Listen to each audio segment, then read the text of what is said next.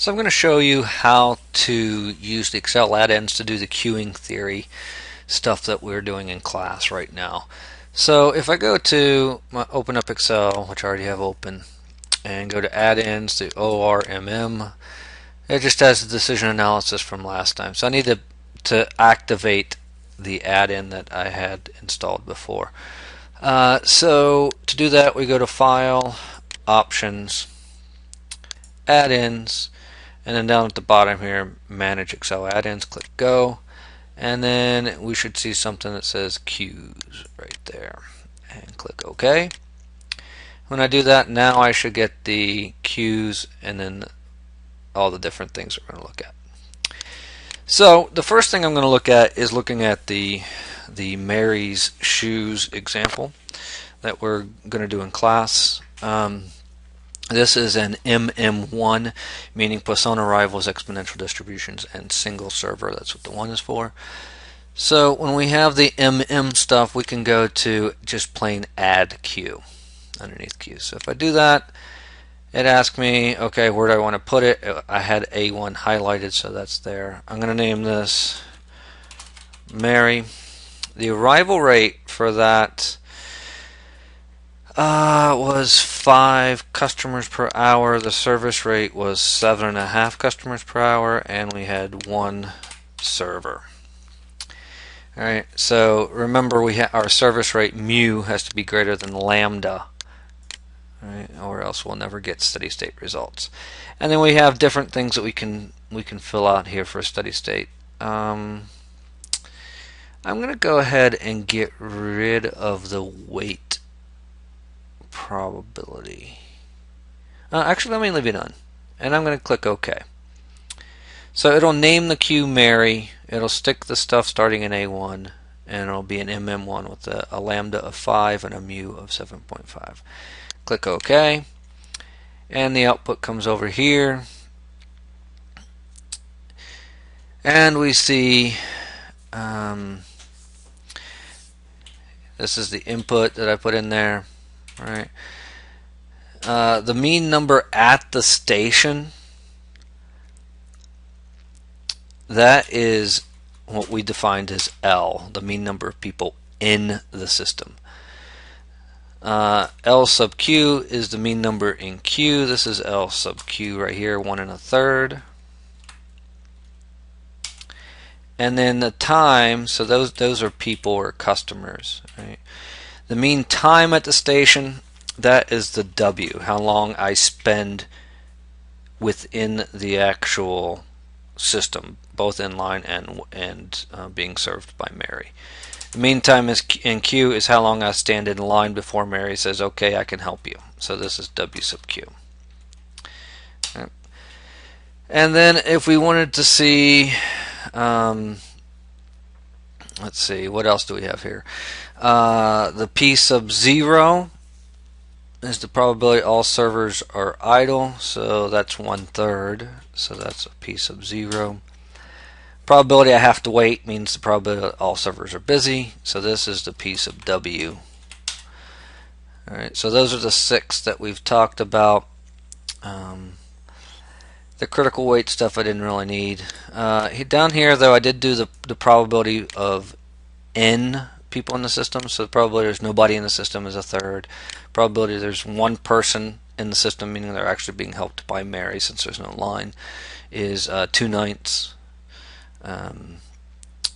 And I can go on down like that. So that's these right here are the P sub N's, where N is within the parenthesis. So that's an MM1. Now, if I want to change just the arrival rate or the service rate or even the number of servers, I can do that just right here in the white parts. Don't change the yellow, but you can change the white, and that would work. So I think we said what happens if she gets faster, right? Well, obviously if she gets faster, then the metrics are going to get better.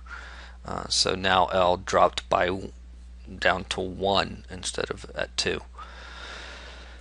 So we could change things around that way. So that's an MM1. Now, we also wanted to look at an MMK. All right. So in theory here, I could go ahead and change this, right, if Mary hires somebody to do that. So that's the nice thing about this, is that it does go ahead and change out it makes it an MM2 for me if I was doing something like that. So instead of doing that though, let's look at the example we're going to cover in class, which was a bank. So here I'm going to go over to D1 and go to ORMM, add queue. This was bank, arrival rate. We have 15 customers coming per hour. The service rate, each bank customer can handle 8, so that's the service rate per teller, and I have 3 tellers. 3 times 8 is 24. That's bigger than 15. Woo, good. And I'm going to uncheck the wait probability, but I am going to keep doing these show state probabilities. Click OK, and we see for this MM3, right, we get these different metrics. Again, this is L, this is W, L sub Q, W sub Q. And then we could change this one. What happens if I added another server? What would happen? Things along those lines. Then the next one we're going to look at is an MG1. So to do this, the G stands for general. So that means we need to go down and do an add non-Markovian. And this one, I think we're doing a food truck. You own a food truck, people are coming up to it. We don't think that it follows a service time. We don't have a service time that's exponential, but we can at least calculate the mean and standard deviation, and that's all we need. Number of servers, I have a single server. Arrivals, there's 6 customers coming per arrival. Service time, my service rate is service times have a 3 minutes and a standard deviation of 5.7.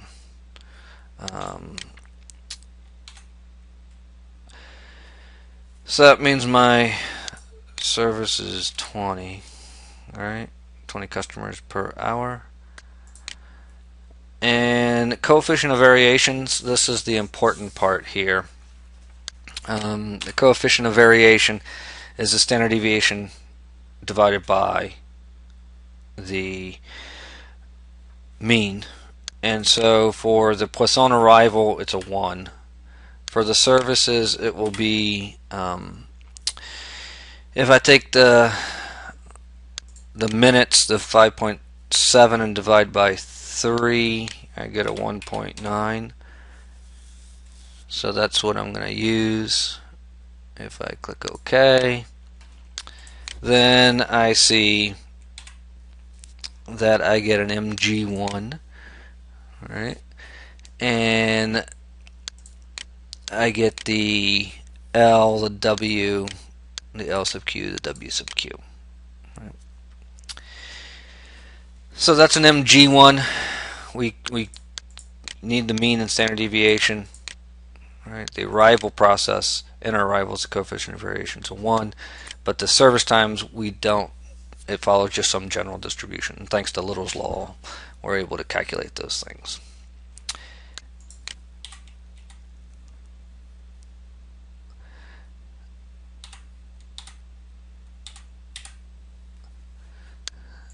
Then we want to look at doing a MMKF, where F is the fixed number of people that can be put in the system, so waiting in line and being served.